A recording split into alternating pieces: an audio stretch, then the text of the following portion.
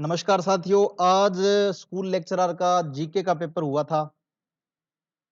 बच्चे ऐसे उम्मीद कर रहे थे कि भी बहुत ही हार्ड आने वाला है, अपने 40% ही नहीं आएँगे, है ना? लोगों ने तैयारी भी इस हिसाब से करी थी क्योंकि माहौल ही इसी तरह से बना हुआ था कि पिछले पेपर है, पिछली वैकेंसी में इतना टफ दे दिया कि 40% नंबर ही नहीं बन रहे थे। लेकिन आज वाला पेपर है ना, उसको देख के ये लगता है कि भई सबका पेपर अच्छा हुआ होगा क्योंकि पेपर का लेवल लगभग मीडियम मानो, ज़्यादा हार्ड नहीं थे इसमें, सवाल ठीक-ठाक थे। कई सवाल ऐसे थे जो टफ थे, लेकिन ज़्यादातर सवालों में कोई आपको दिक्कत नहीं आनी चाहिए। तो आज इस क्लास के अंदर हम वन बाय वन सभी सवालों का जवाब देने की कोशिश करेंगे और आप लोग भी अपनी आंसर की मिला लीजिए और कमेंट करना कि आपका पेपर कैसे गया गया और आपके कितने नंबर 75 में से कितने अटेंड किए और कितने सही हो रहे हैं आपके।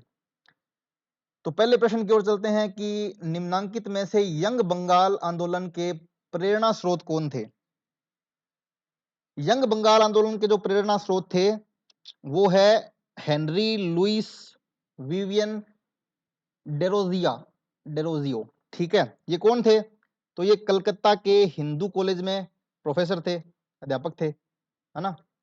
इसके अलावा इनके जितने भी अनुयायी थे ना, डेरोजियो के जितने भी अनुयायी थे, उनको डेरोजियंस कहा जाता है, डेरोजियंस, है ना?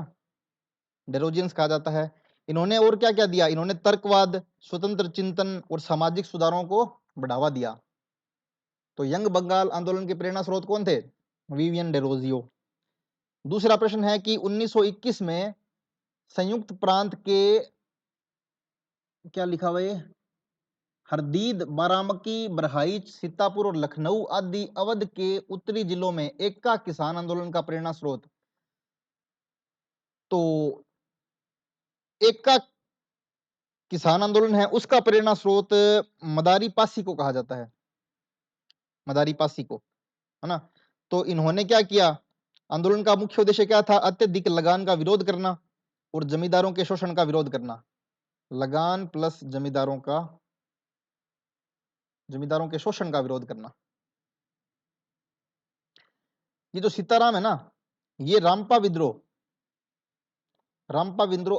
जो आंध्र प्रदेश में है, उनसे संबंधित है। बाबा रामचंद्र है वो अवध किसान सभा से संबंधित है, जबकि स्वामी सहजानंद सरस्वती है वो बिहार किसान आंदोलन से संबंधित है। ये बिहार से किसान, ये अवध किसान आंदोलन से संबंधित है। ठीक है, अगला प्रश्न है आजाद हिंद फौज की झांसी की रानी महिला रेजिमेंट ने ब्रिटिश सेना के हमले को कहां विफल किया, है ना? कहां विफल किया? तो इसका सही उत्तर है अराकान में। झांसी की रानी रेजिमेंट का गठन किसने किया था? सुभाष चंद्र बोस ने किया था और इसकी कमांडर कौन थी? लक्ष्मी सहगल, लक्ष्मी सहगल। और आईएनए के बर्मा मोर्चे पर अराकान क्षेत्र में इस रेजिडेंट ने ब्रिटिश सेना की इकाई के हमले को सफल प्रतिरोध किया था। कहां किया था? अराकान में किया था। अगला प्रश्न है कि संयुक्त राजस्थान के विषय में कौन सा कथन गलत है? अपने को गलत कथन देखना है। तो संयुक्त राजस्थान संघ का निर्माण 7 रियासतों ने किया, है ना? दूसरा है राजधानी उदयपुर थी और महाराणा भूपाल सिंह आजीवन राज प्रमुख रहे और इसका उद्घाटन जवाहरलाल नेहरू ने 18 अप्रैल 1948 को किया। चौथा ऑप्शन है कोटा के शासक को उपराज प्रमुख बनाया गया। तो ये तीसरा ऑप्शन गलत है इसमें।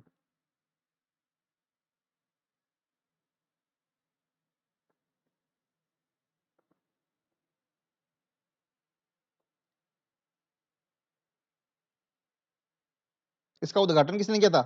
सरदार वल्लभ भाई पटेल ने किया था, वल्लभ भाई पटेल ने।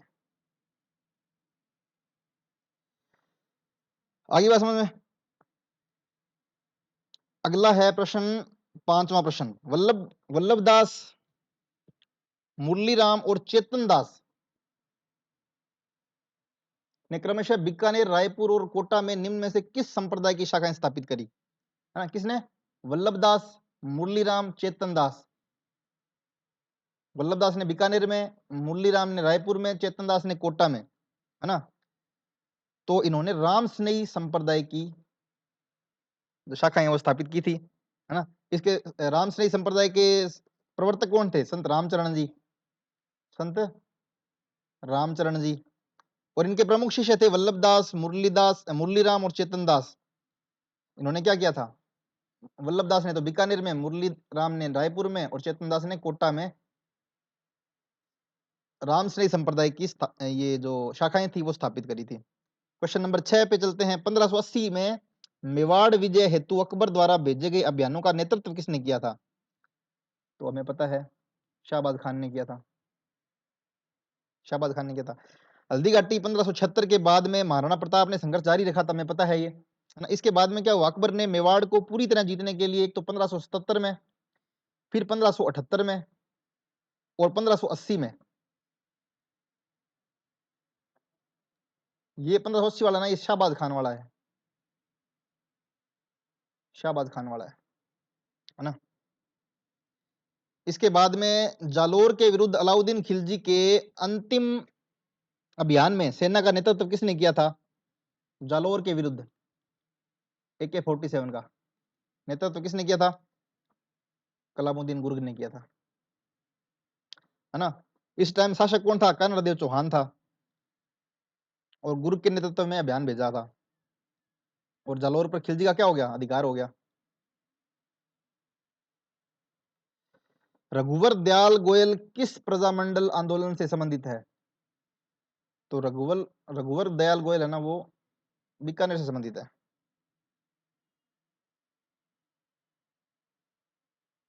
बीकानेर से। भीम डूंगरी स्थित अशोक अभिलेख की खोज किसने करी? भीम डूंगरी में किसने की थी? कार्लाइल ने की थी, है ना। AC कार्लाइल ने की थी। 10वें प्रश्न की ओर चलते हैं। सुभाष चंद्र बोस ने सिंगापुर के अलावा कहां आजाद हिंद फौज का मुख्यालय बनाया? तो इन्होंने रंगून में बनाया था। सिंगापुर के अलावा कहां बनाया था? रंगून में।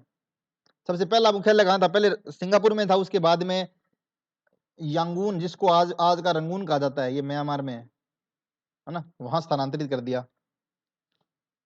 इसके बाद में 11वां प्रश्न, 1857 की क्रांति के दौरान किस रियासत के शासक लक्ष्मण सिंह ने क्रांतिकारियों को खाना रसद उपलब्ध करवाया था? तो इसका क्या है? शाहपुरा।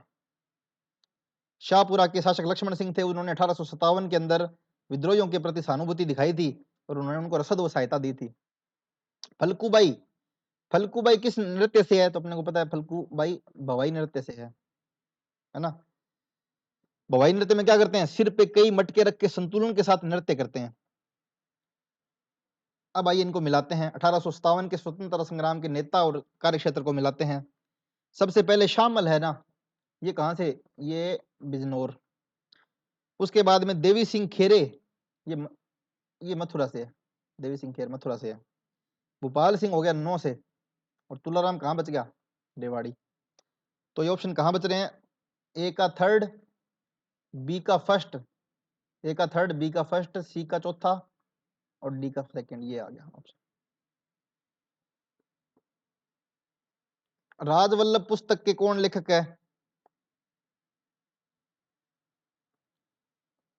राजवल्लभ के श्री कृष्ण भट्ट, राजवल्लभ के श्री कृष्ण भट्ट हो गए, सही उत्तर है। मेवाड़ का इतिहास और संस्कृति इसके अंदर दिया हुआ है। गुडला कौन से नृत्य से, गुडला नृत्य है वो कौन से त्योहार से संबंधित है? गुडला गणगौर से संबंधित है ना। कहाँ किया जाता है? मारवाड़ में किया जाता है, गणगौर पर्व से जुड़ा हुआ है। और गुडला माता की स्मृति में लड़कियां छिद्र युक्त घड़े में दीपक रख के गीत गाती है ना। गुडलो घूमे गोरे घूमे गो। अब कुछ प्रश्न आते हैं मैथ के, इनको करते हैं। सबसे पहले देखो कि ऑप्शन में दिया हुआ है, इसको ऐसे लिख सकते हैं,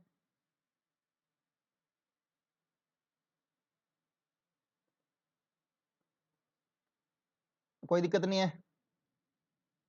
इसको ऐसे लिख सकते हैं, -y-2।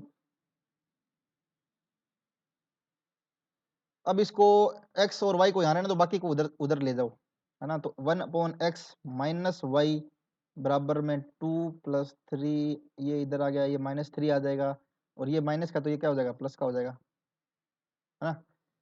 तो अब इनका एलसीएम ले लेते हैं, 5 5 दूनी 10, ये 3 आ गया, 5 तिया 15 और ये 2 आ गया। 10 3 13 और 2 15, 15 से 15 जीरो, ये 0/5 हो गया, तो ये पूरा का पूरा क्या हो जाएगा, जीरो हो जाएगा। तो 1/x बराबर क्या आ जाएगा, y आ जाएगा। 1 बराबर क्या आ जाएगा, x इंटू वाई। क्या पूछा अपने से, x तथा y वास्तविक संख्याएं हैं, एक्स वाई का मान क्या, एक्स वाई का मान 1 है, कोई दिक्कत नहीं है, ईजी है।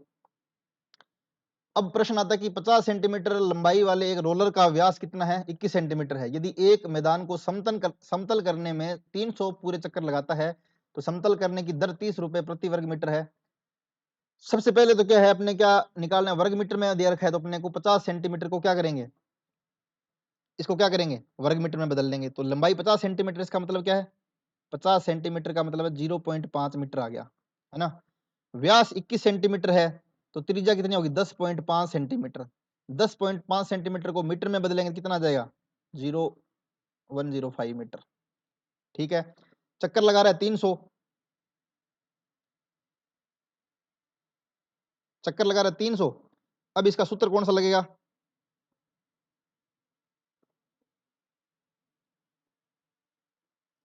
एक सेकंड रुको यार, मैं लैपटॉप चार्ज लगा देता हूँ।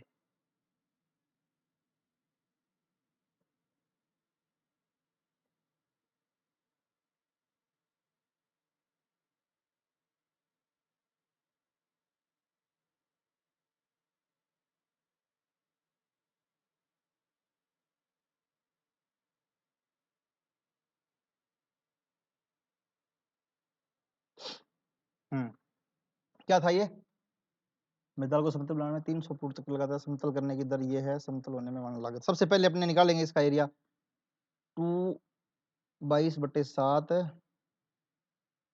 आर और एच। ठीक है, तो क्या हो जाएगा, 2/22/7, आर कितनी है 0.105, एच कितना है 0.5। इसको काटो, कैलकुलेटर से काट रहा हूँ, 1 मिनट रुको। 0.33 मीटर की स्क्वायर।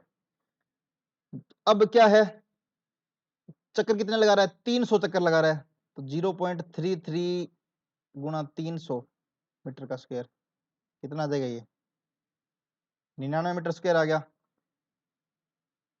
दर कितनी है, 30 है, तो 99 को 3 से गुणा करो, 2970, 2970, ये आंसर आ गया। ठीक है, अगला प्रश्न देखते हैं।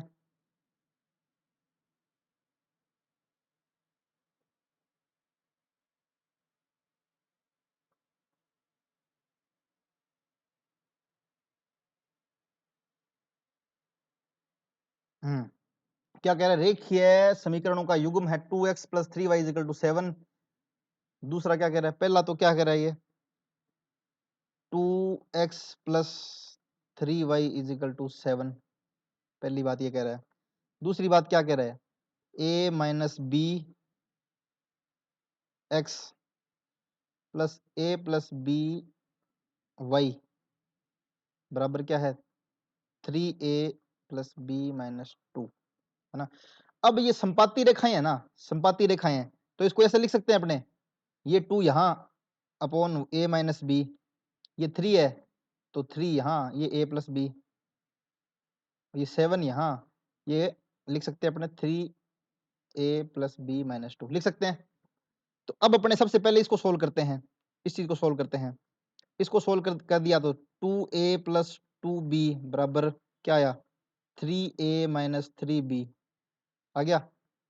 इससे करेंगे तो अपने क्या आएगा, ये a इधर आ जाएगा, 3a माइनस 2a, और ये 5b इधर चला जाएगा, 3 और 2 कितने हो गए, 5b हो गया।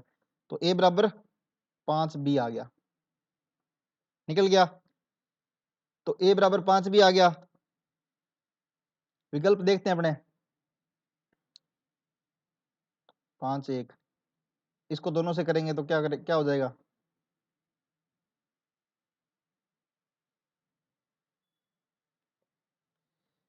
ठीक है, a बराबर 5 आ रहा है, b बराबर 1 आ रहा है। अब दूसरा ऑप्शन देखते हैं अपने, देखते हैं सही हो रहा है कि नहीं हो रहा, इस ऑप्शन से ये सही बैठ रहा है कि नहीं बैठ रहा, दूसरी से ऑप्शन चेक करते हैं अपने।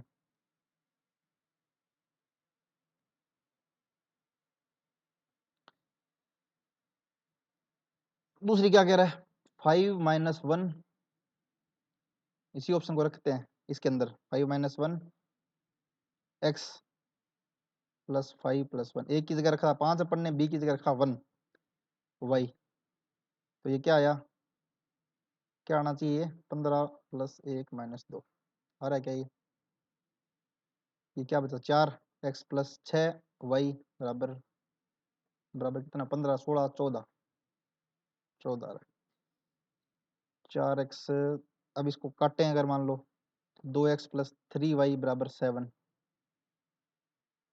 आ रहा है ना, मिल गया, मतलब इसका मतलब अपना सही आंसर यही है, 5 और 1। 19वें प्रश्न की ओर चलते हैं। एक घनाकार आइसक्रीम बॉक्स की भुजा 22 सेंटीमीटर है, इस आइसक्रीम को कुछ समान शंकुओं में बांट दिया अपन ने, रेडियस क्या बताई 2, ऊंचाई 7 बताई। अब देखो घन की भुजा क्या बताई, घन की भुजा 22 बताई, और शंकु की त्रिज्या क्या है, त्रिज्या 2 है, ऊंचाई कितनी है 7 है।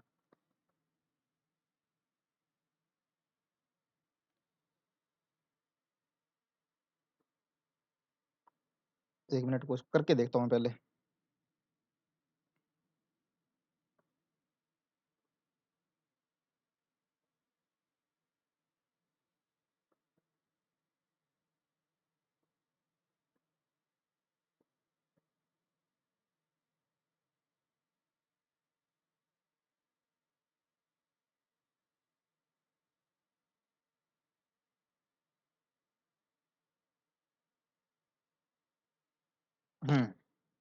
आ गया। इसका सबसे पहले आयतन निकालेंगे घन का, तो 22 × 22 × 22 कितना हो जाएगा, 10,648 हो गया सेंटीमीटर का स्क्वायर हो गया। अब अपने शंकु का आयतन निकालेंगे, एक शंकु का आयतन निकालेंगे, सूत्र क्या होता है 1/3 पाई आर स्क्वायर एच, ठीक है, 1/3 पाई की जगह रखेंगे 22/7, आर कितना है अपना 2 का स्क्वायर, एच कितना है 7 है, ये 7 से 7 कट गया, अब अपना कितना बच गया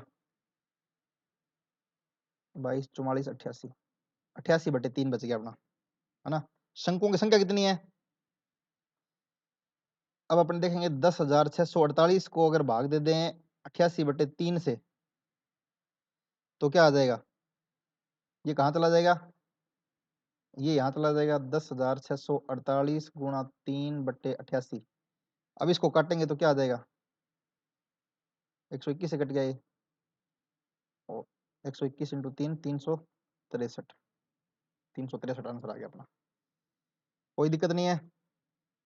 अगला प्रश्न करते हैं, आंकड़ों में बहुलक, ये स्टैटिस्टिक्स का सवाल आ गया, बिल्कुल इजी है, 3m - 2x बार, z = 3m - 2x बार, ये तो रटा हुआ है आपका, कितना दिया हुआ है इसमें, यदि आंकड़ों में बहुलक तथा माध्यिका का अंतर कितना है, बहुलक और माध्यिका का अंतर यानी z - m का अंतर कितना है 48 है, ठीक है, तो अपने को क्या देखना है,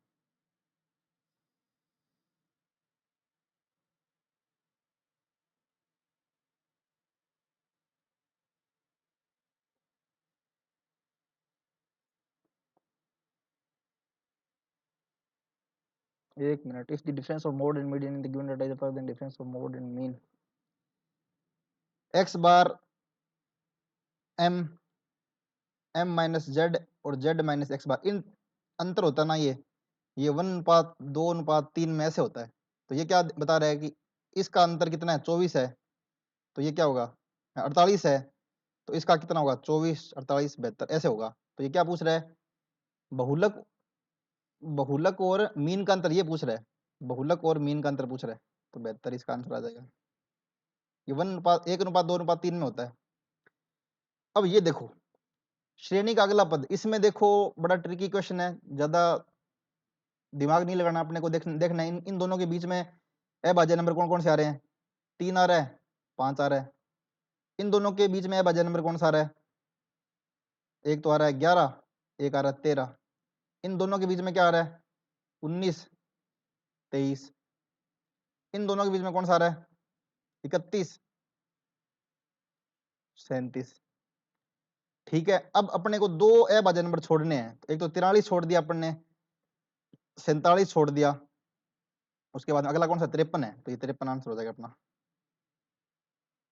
यानी कि दो दो दो अभाज्य नंबर छोड़े जा रहे हैं इसके अंदर सब में।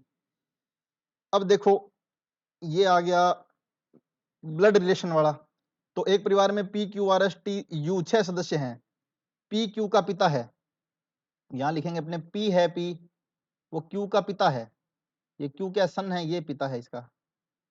ठीक है, एस की आर से शादी हुई जो टी की माता है। एस की शादी आर से हुई और एस कौन है? टी की माता है। तो ये टी है, ये एस इसकी माता है ना, ये माता है। और इसकी शादी किससे हुई है? आर से हुई है। ये पति है, ये पत्नी है। ठीक है, यू टी के दादा हैं। यू है ना, वो टी के भी दादा, यानी इसके बाप है, वो इसके पिताजी हैं। ठीक है, इसके पिताजी हैं, इसके पिताजी हैं। तथा आर पी का भाई है, आर पी का भाई है। ये दोनों क्या है?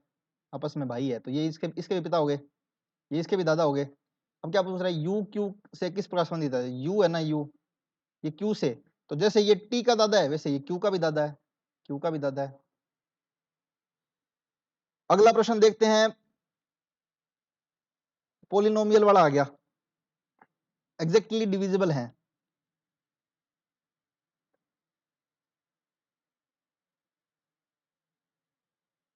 तो इसको लिखेंगे ए एक्स की स्क्वायर माइनस 5x प्लस सी। ये किससे डिविजिबल है? x माइनस 2 से डिविजिबल है और x माइनस 1/2 से डिविजिबल है। यानी कि ऐसे लिख सकते हैं, इसको लिख सकते हैं, कोई दिक्कत नहीं है। अब इस दोनों को खोल लेंगे तो क्या आ जाएगा? x की स्क्वायर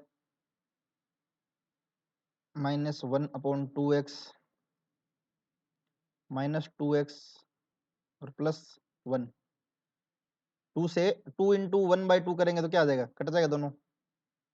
अब इन दोनों को ऐसे लिख सकते हैं, एक्स स्क्वायर माइनस 2 आधा ढाई हो गया, माइनस है,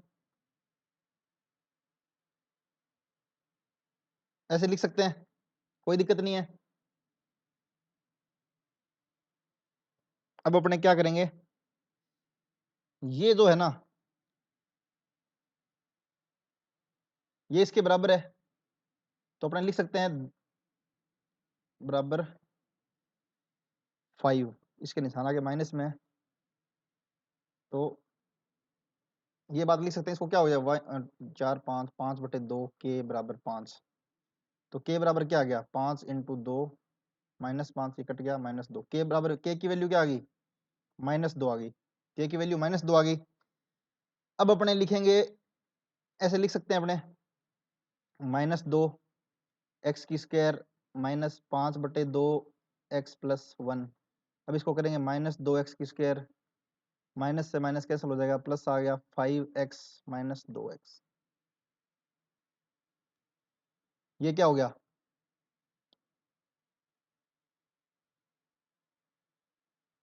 है ना, के की जगह लिख दिया अपन ने। तो सी भी ये आ रहा है, ए भी ये आ रहा है, तो ए बराबर सी लिख सकते हैं अपने। ए भी कितना है? -2 है, सी भी कितना है? -2 है, तो ए बराबर सी लिख सकते हैं ना अपने। ठीक है, कोई दिक्कत नहीं है। ये इंटरेस्टिंग सवाल है। इसमें क्या दिया हुआ है? एन प्रेक्षणों का समांतर माध्य एक्स बार है, तो समीशन एक्स कितना हो गया इसका? एन एक्स बार हो गया।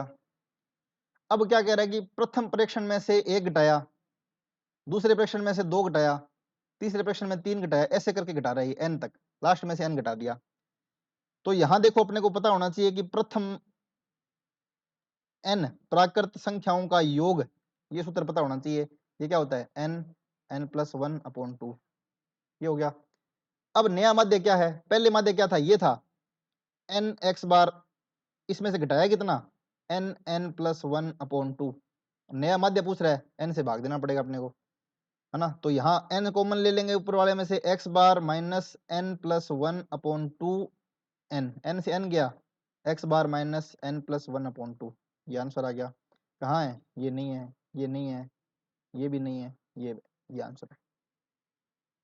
ठीक है, अब चलते हैं 25वें प्रश्न की ओर। क्या दे रहा है, एक ठोस लंबवृत्तीय बेलन को पिघलाकर समान आकार के 12 ठोस गोला बनाया गया है। बेलन का व्यास कितना है, 16 है, ऊंचाई कितनी है, ये है। तो व्यास कितना है, 16 सेंटीमीटर हो गया, तो त्रिज्या कितनी होगी, 8 सेंटीमीटर होगी, ऊंचाई कितनी होगी, 2 होगी, है ना। सबसे पहले क्या, बेलन का आयतन निकालेंगे अपने। तो बेलन का आयतन निकालने के लिए क्या करेंगे, पाई आर स्क्वायर एच। पाई कितना है, आर कितना है, 8 इंटू 8 गुणा 2, 64 2 128, 128 पाई आ गया इसका। ठीक है, अब अपने क्या करेंगे, एक एक गोले का आयतन देखेंगे। अगर सबका आयतन 128 पाई है और गोले कितने बनाए हैं, 12 बनाए हैं, इसका मतलब है एक गोले का आयतन ये हो गया ना, एक गोले का आयतन ये हो गया, कितना हो गया, ये कट जाएगा, ये 4 से कट जाएगा, 3 4 3 12, 4 दूनी 8, 32/2, 32/3 पाई एक गोले का आयतन हो गया। और अपने जानते हैं कि गोले की त्रिज्या को मानते हैं आर। सूत्र क्या लगाएंगे, 4/3 पाई आर की क्यूब, निकाल देंगे अपने, किसके बराबर है, 32/3 पाई के बराबर है। ठीक है, तो यहां पर क्या हो जाएगा, पाई से पाई कट जाएगा, 3 से 3 कट जाएगा, 4 यहाँ 8 बार कट जाएगा, तो आर की क्यूब क्या आई, 8 आई। तो आर का मतलब क्या हो गया, क्यूब रूट 8, 2 इंटू 2 इंटू 2, निकालेंगे तो 2 आंसर आ गया अपना। 2 क्या है, 2 तो है अपनी त्रिज्या, लेकिन क्वेश्चन में क्या पूछ रहा है, व्यास पूछ रहा है। तो अपने को व्यास पूछने के लिए आर का डबल करना पड़ेगा, 2r करना पड़ेगा, यानी 2 इंटू 2 करना पड़ेगा, 4। अब जिन लोगों ने आंसर इसका 4 कर दिया उनका क्या हो गया, गलत हो गया उनका, थोड़ा सा देख के करना है। ये हिंदी आ गया, हिंदी में मेरा हाथ तंग है भाई, हिंदी मेरे को इतनी ज्यादा नहीं आती, फिर भी मैंने किसी दोस्त से पूछा है, वो मैं आपको बता सकता हूँ। इसमें तो उसने ये बताया कि भाई ये सारे के सारे सही है, ये भी सही, ये भी सही है, ये इसमें ये बलिष्ठ गलत बताया, बलिष्ठ होता है, इसमें पुरस्कार नहीं होता, पुरस्कार होता है।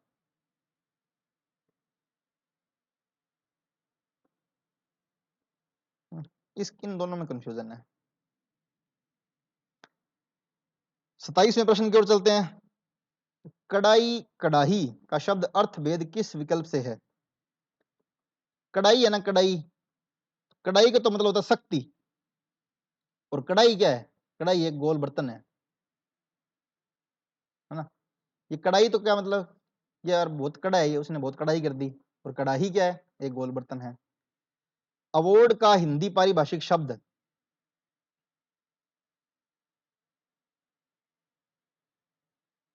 अवार्ड को क्या बोलते हैं, पंचाट भी बोलते हैं, अधिनिर्णय, अधिनिर्णय पंचाट बोलते हैं, अधिनिर्णय भी बोलते हैं, पंचाट भी बोलते हैं।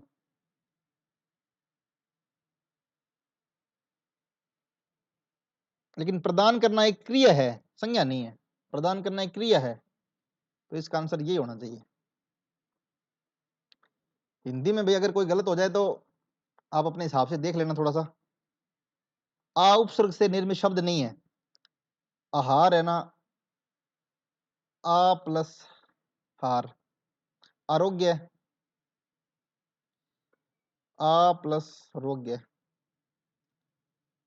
आसक्त, आ प्लस सक्त, जबकि आस्था है ना, आस्था नहीं है, आस्था आ उपसर्ग से नहीं बना, ये अस्थि, अस्थि से बना हुआ शब्द है ये। अगला प्रश्न देखते हैं, इंग्लिश इनडायरेक्ट स्पीच का पूछ रहा है, इनडायरेक्ट स्पीच का पूछ रहा है। तो भाई, he said that when he was a boy he could stay up as long as he liked.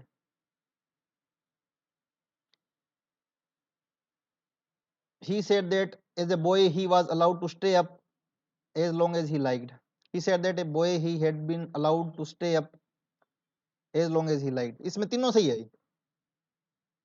इसमें तीनों सही है। फिल इन द ब्लैंक में आते हैं।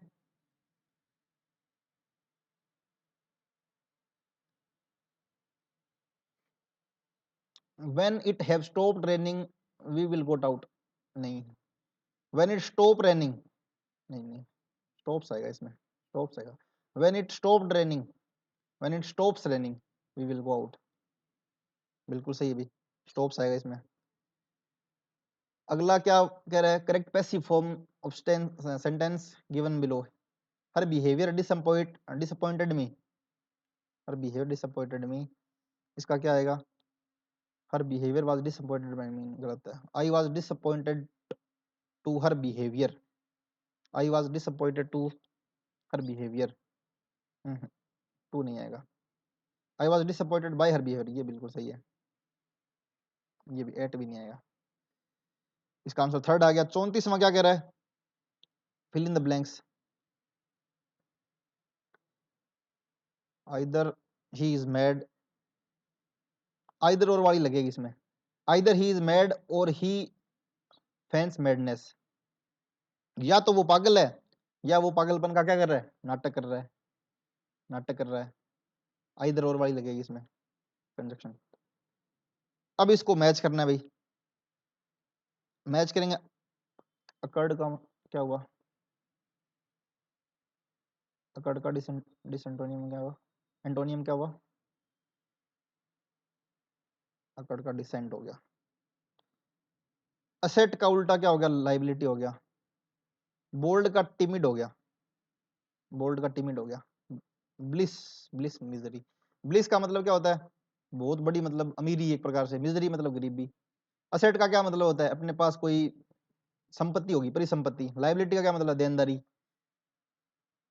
बोल्ड का मतलब बहुत ज्यादा अच्छे तरीके से, बिल्कुल ही ऐसे लिखा हुआ, बोल्ड लिखा हुआ है। टिमिड मतलब बहुत धुंधला धुंधला लिखा हुआ है। तो इसका एक का 3, एक का 3, 2 का 1, 3 का 4, ये आंसर है। 36वें प्रश्न की ओर चलते हैं अभी। सबसे पहले क्या कह रहा है? G7 कहाँ हुआ था? G7 हुआ था फ्रांस में, फ्रांस ने होस्ट किया था।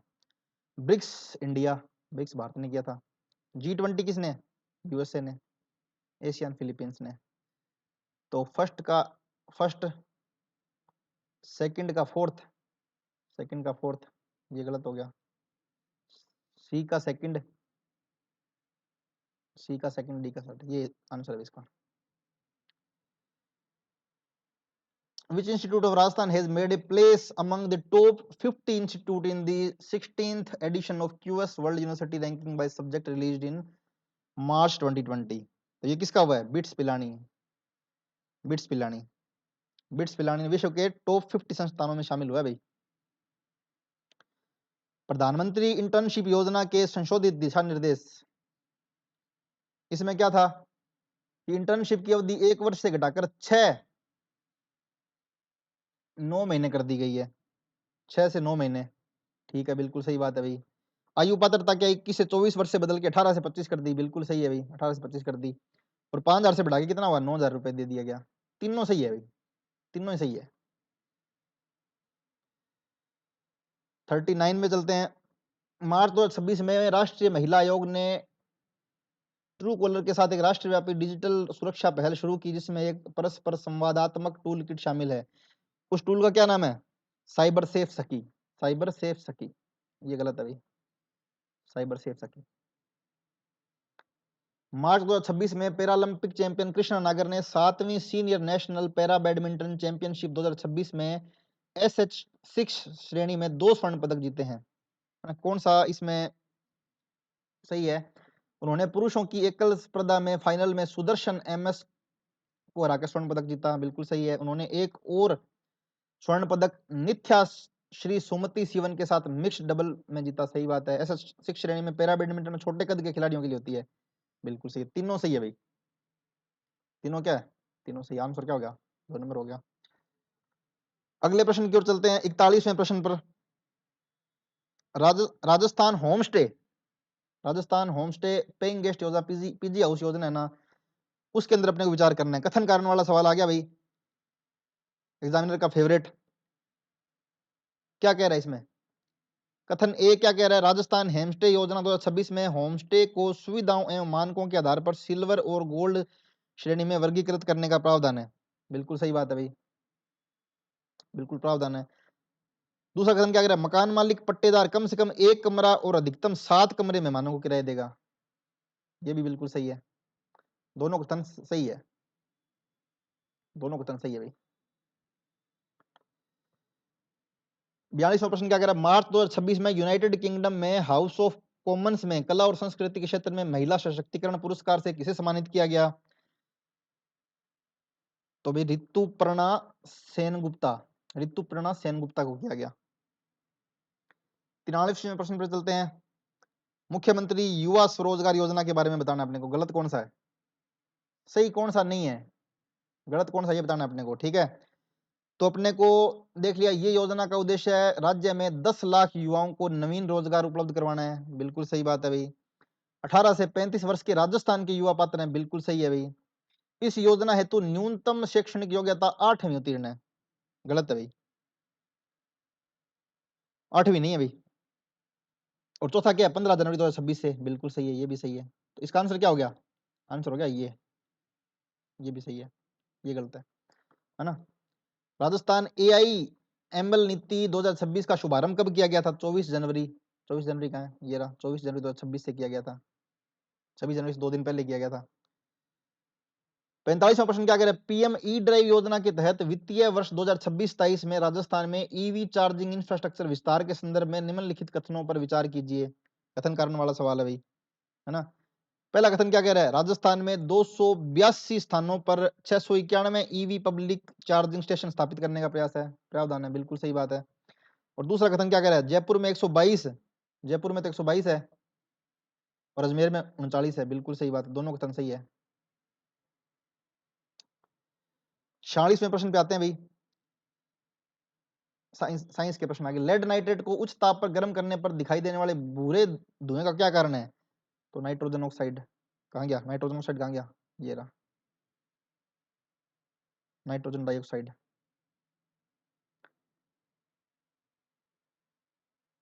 47वां प्रश्न क्या कह रहा है? 4 तार है ए बी सी और डी एक ही पदार्थ एवं अलग अलग लंबाई और त्रिज्या के बने हैं, तो विद्युत धारा के प्रवाह के लिए न्यूनतम प्रतिरोध उत्पन्न करने वाली तार की लंबाई और त्रिज्या।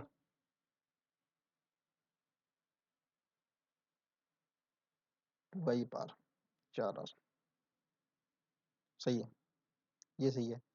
यानी प्रतिरोध कम करने के लिए क्या लंबाई तो न्यूनतम होनी चाहिए, लंबाई तो न्यूनतम होनी चाहिए और त्रिज्या अधिकतम होनी चाहिए, त्रिज्या अधिकतम होनी चाहिए। तो इसी ऑप्शन में देखो लंबाई न्यूनतम है, लंबाई कितनी है? न्यूनतम है और त्रिज्या अधिकतम है। ठीक है। आयुर्वेद के अनुसार त्रिदोष के संबंध में निम्नलिखित में से सत्य कौन सा नहीं है? कौन सा कथन सत्य नहीं है? तो देखो व्यायाम, व्यायाम जैसी शारीरिक गतिविधियां हैं वो वात बढ़ाती है। बिल्कुल सही है भाई, वात बढ़ाती है। गर्म मौसम में व्यायाम करने से पित्त कम होता है। बिल्कुल गलत है भाई, पित्त कम नहीं होता। गर्मी पित्त बढ़ाती है, गर्म मौसम में व्यायाम को पित्त और बढ़ा सकता है, पित्त कम नहीं होता, बढ़ जाएगा भाई। और तनावग्रस्त मन वात बढ़ाता है। बिल्कुल सही बात है, जितनी ज्यादा टेंशन लोगे आप उतना ज्यादा वात बढ़ेगा। क्रोध और ईर्ष्या जैसी नकारात्मक भावनाएं भी पित्त बढ़ाती है, पित्त बढ़ाती है। बिल्कुल सही बात है भाई। इसका आंसर कौन सा हो जाएगा? इसका आंसर ये हो जाएगा सेकंड। 49वां 49वां प्रश्न क्या कह रहा है? दो विलगती पिंडों के लिए निम्नलिखित कथनों पर विचार करें और सही कथन चुनें। पहला कथन क्या कह रहा है? उनके मध्य लगने वाला अन्योन्य बलों का योग हमेशा शून्य होता है। बिल्कुल सही बात है भाई। दो विलगती पिंड है, उनमें जो बीच में लगता है ना उनके अन्योन्य बल, वो हमेशा शून्य होगा। बिल्कुल सही बात है। थर्ड लॉ, न्यूटन का थर्ड लॉ है ना, उसके अनुसार है ये। अन्योन्य बलों द्वारा दिए गए कार्य का योग भी हमेशा शून्य होता है। ये गलत है। क्यों? क्योंकि कार्य बल और विस्थापन दोनों पर निर्भर करता है, बल और विस्थापन दोनों पर निर्भर करता है। जैसे एग्जांपल के रूप में बताएं तो गुरुत्वाकर्षण, गुरुत्वाकर्षण के कारण दो पिंड एक दूसरे की ओर आते हैं, दोनों पर बल बराबर व विपरीत है पर कुल कार्य शून्य नहीं होता। आगे बात समझ में? तो इसका आंसर क्या होगा? कथन ए तो सत्य है लेकिन कथन बी असत्य है। बिल्कुल सही है भैया। अब आ गई पॉलिटी। नहीं नहीं अभी नहीं आई पॉलिटी, एक प्रश्न और बचा इसका। निम्नलिखित में से कौन संयोजी उत्तक नहीं है? कनेक्टिव टिश्यू की बात कर रहे हैं ये। उपास्थि बिल्कुल है जी, कनेक्टिव टिश्यू है। ब्लड है, बिल्कुल कनेक्टिव टिश्यू है, ब्लड को भी कनेक्टिव टिश्यू बोलते हैं अपने। कार्डियक मसल है ना, वो नहीं है। कंडरा को भी कनेक्टिव टिश्यू बोलते हैं। तीनों ये भी है, ये भी है, ये भी है, लेकिन ये नहीं है। तो इसका आंसर कौन सा हो गया? ये हो जाएगा। पॉलिटी के बारे में बात करते हैं। राज्यसभा पहली बार 13 अप्रैल 1952 को गठित की गई थी। बिल्कुल सही बात है। राज्यसभा पहली बार कब की थी? 13 अप्रैल 1952 को। और राज्यसभा का प्रथम गठन हो गया था, ये हो गया। उसके बाद में क्या कह रहा है? प्रथम संविधान संशोधन अधिनियम के लिए राज्यसभा का अनुसमर्थन नहीं लिया गया। बिल्कुल सही बात है भाई। क्योंकि कब हुआ था ये? 1951 में हुआ था। तो 1951 में थी नहीं ये, है ना? तो उसका प्रश्न नहीं आता स्वीकृति का। दोनों सही है भाई, 52 में बनी थी वो। 52वें प्रश्न पे चलते हैं। भारत के संविधान के किस अनुच्छेद में राष्ट्रपति पद की शपथ? तो शपथ कहाँ है? 60 में है। 60 में शपथ है। 52 में क्या है? 52 में तो राष्ट्रपति का पद है। 54 में क्या है? निर्वाचन है। निर्वाचन है। 55 में क्या है? निर्वाचन की प्रक्रिया। इसमें क्या शपथ है? इसमें 53 में चलते हैं। राजस्थान पंचायती राज अधिनियम 1994 के अनुसार प्रत्येक पंचायत सर्कल हेतु न्यूनतम कितने वार्ड होने चाहिए? तो न्यूनतम 5 होने चाहिए भाई। ये देखो बिल्कुल ही टू द पॉइंट उठ के आ गया। 54 क्या कह रहे हैं? राजस्थान भारत शासन अधिनियम 1935 के अंतर्गत भारत की संघीय कार्यपालिका के प्रधान कौन थे? संघीय गवर्नर जनरल ऑफ इंडिया, जीजीआई। संघीय कार्यपालिका के प्रधान कौन थे? जीजीआई थे। 55 क्या कह रहे हैं? निम्नांकित में से कौन सी श्रेणी की शिकायतों पर राष्ट्रीय महिला आयोग द्वारा विचार नहीं किया जा सकता?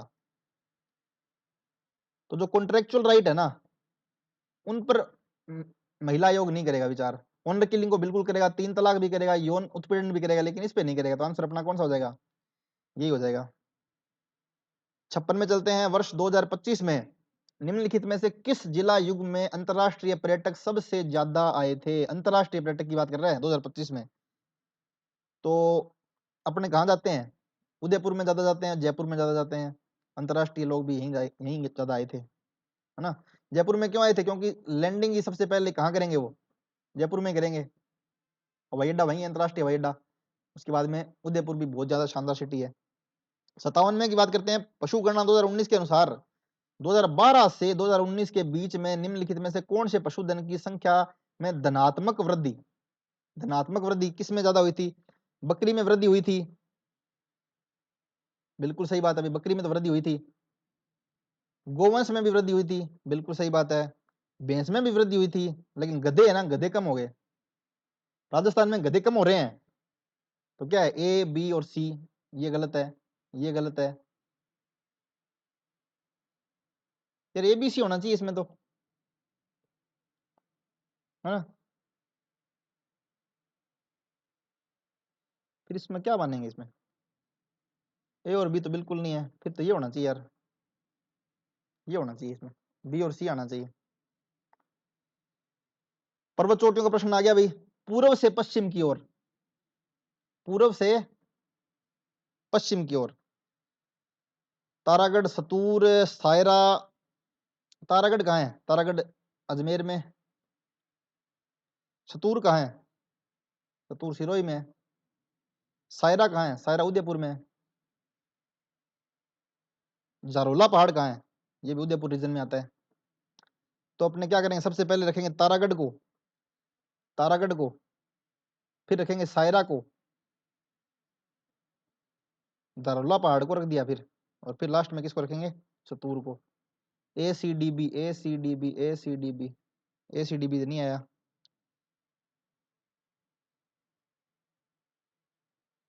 ए सी डी बी नहीं आया यार।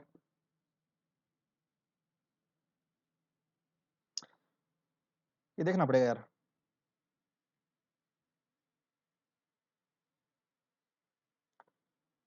कौन सा जिला है अंतरराज्यीय सीमा वाला नहीं है? डी की सीमा तो हरियाणा से लगती है ना, हरियाणा से लगती है इसकी तो। दौसा की नहीं लगती भाई,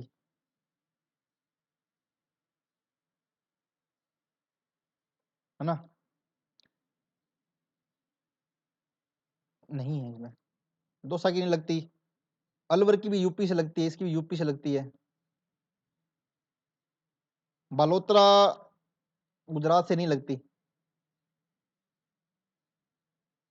इसमें देखते हैं, कोटपुतली बहरोड की हरियाणा से लगती है, कोटपुतली बहरोड की तो। ये भी गया। इसमें देखते हैं दूसरे में, डीडवाड़ा कुचामन दौसा ब्यावर बालोतरा। हाँ ये सही है भाई। दौसा, दौसा की नहीं लगती, ब्यावर की नहीं लगती, बलोत्रा की भी नहीं लगती, है ना? इसमें यही सही है। धौलपुर की भी लगती है, धौलपुर। अब आंसर इसका ये हो गया। 60वें प्रश्न की ओर चलते हैं। संरक्षित क्षेत्रों का पूर्व से पश्चिम की ओर का क्रम, पूर्व से पश्चिम की ओर क्रम। बिसलपुर कहाँ आ गया? टोंक में आ गया ये। फिर वाड़ा खेड़ा बूंदी, ये बूंदी में आ गया। गंगा भैरव घाटी कहाँ आ गई? ये राजसमंद उदयपुर वाले क्षेत्र में आ गई, राजसमंद उदयपुर क्षेत्र वाले में आ गई। बांध आमली कहाँ आ गई? ये दक्षिण पश्चिम राजस्थान में,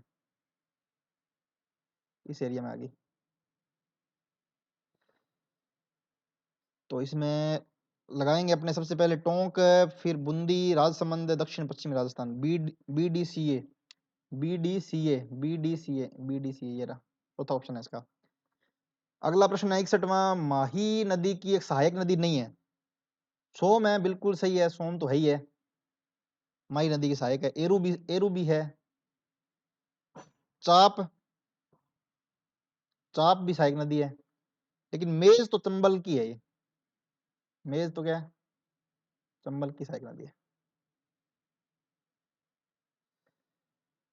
62 में जाते हैं। राजस्थान के किस जिला समूह में जनगणना 2001 से 11 के मध्य नगरीय जनगणना में दशाब्दी परिवर्तन प्रतिशत क्रमशः सर्वाधिक और न्यूनतम?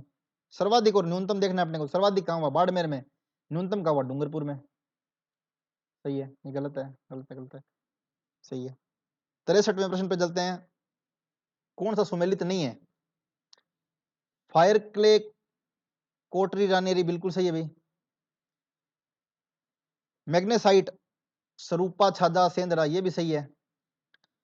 काओलिन सलोपेट बरोडिया, ये नहीं है भाई। काओलिन के प्रमुख क्षेत्र कौन कौन से हैं? ये युग्म मानक मेल नहीं खा रहा भाई ये। तो ए और बी, ये भी सही है, ये भी सही है, ये गलत है। राजस्थान में जुलाई माह में 100,000 मिलीबार से अधिक वायुदाब पाए जाने वाले क्षेत्र पर, जो नीचे वाले हैं ना वही आएंगे इसमें। कौन से हैं नीचे वाले? डूंगरपुर, बांसवाड़ा, बिल्कुल सही है, ये नहीं है। 65वें प्रश्न पे चलते हैं। 22-23 में राजस्थान में निम्नलिखित में से कौन सा रैप सीड एवं सरसों का सर्वाधिक उत्पादक जिला रहा था? रैप सीड और सरसों, गंगानगर नहीं भाई, भरतपुर है।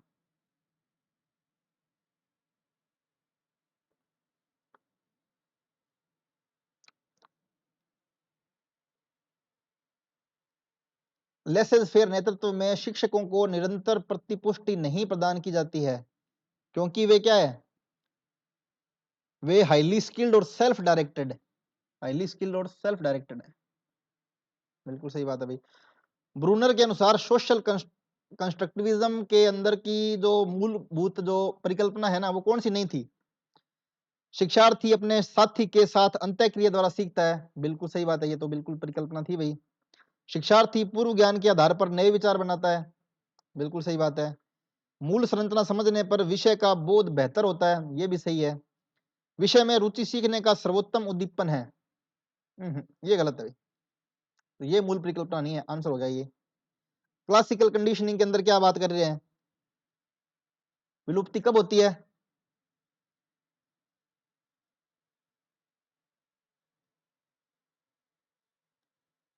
एक मिनट रुको इसमें।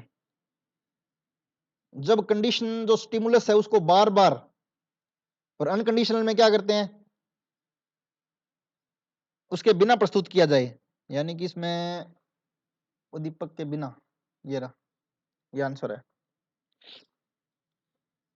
एग्जाम्पल के रूप में घंटी बजाई जाए लेकिन भोजन ना दिया जाए, घंटी तो बजा रहे हैं अपने, भोजन नहीं दे रहे हैं, तो कुछ समय बाद क्या हो, लार आना बंद हो जाएगा। IAS is are most closely associated with which category of teacher education? तो इसमें क्या आएगा, secondary and teacher education preparation, secondary and teacher education preparation, ये आएगा। 17वें पे चलते हैं भाई। एक व्यक्ति में परानुभूति का स्तर उच्च है लेकिन वह दूसरों को प्रभावित करने में कठिनाई अनुभव करता है, ऐसे में संवेगात्मक बुद्धि का कौन सा क्षेत्र सर्वाधिक अविकसित रहता है? सोशल स्किल आ जाएगा, सामाजिक कौशल, ये अल्प विकसित रह जाता है। राजस्थान सरकार के दिनांक 27/9/2010 के आदेश अनुसार निम्नलिखित में से किस संस्था को कक्षा 9 से 12वीं तक की पाठ्य पुस्तकों के मुद्रण एवं वितरण का, तो इसको RBSC को। 1 से 8 तक को क्या, SIERT है ना, और 9 से 12 RBSC को। ये होना चाहिए यार, गलत हो तो बताना ये।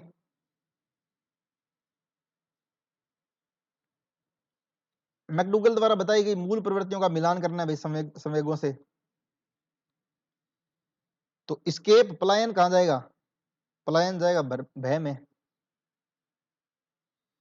सामूहिकता कहां जाएगी, एकाकीपन की भावना में। ठीक है, फीलिंग ऑफ लोनलीनेस, ये रहा। संग्रहण कहां जाएगा, स्वामित्व की भावना में। दीनता कहां जाएगी, नकारात्मक नेगेटिव भावना में जाएगी। और निवृत्ति कहां जाएगी, निवृत्ति घृणा में जाएगी।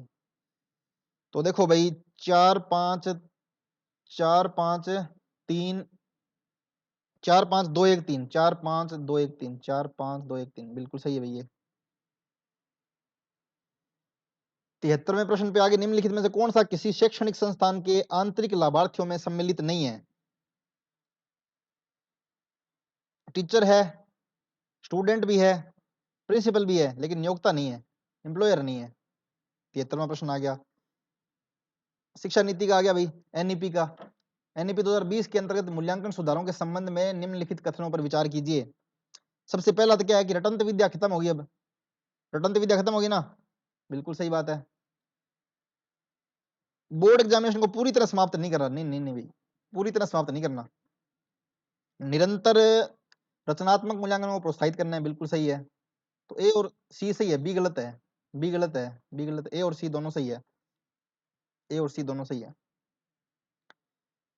अंतिम प्रश्न पे आते हैं भाई। एनईपी के अंदर फाउंडेशनल स्टेज है ना, जो स्टार्टिंग वाली स्टेज है, वो 3 से 8 वाली फाउंडेशन है, ये गलत है भाई। सबसे पहली स्टेज, इसके अंदर एग्जाम नहीं होंगे, 3 से 8 वाली में फाउंडेशन स्टेज है ये। तो क्वेश्चन पेपर का लेवल मॉडरेट था, ना ज्यादा इसको इजी कह सकते, ना ज्यादा इसको आसान हार्ड कह सकते, बिल्कुल इजी इजी भी नहीं कह सकते, है ना, सामान्य मॉडरेट, मॉडरेट से भी इजी मानो आप। ठीक है, तो इसमें आपके कितने सही हो रहे हैं, क्या आप 40% वाला क्राइटेरिया पास कर रहे हो कि नहीं कर पा रहे? कमेंट डाउन करो, और 75 में से कितने अटेंड किया आपने और कितने आपके सही हो रहे हैं, ये भी कमेंट करो। तो मिलते हैं अगली वीडियो में।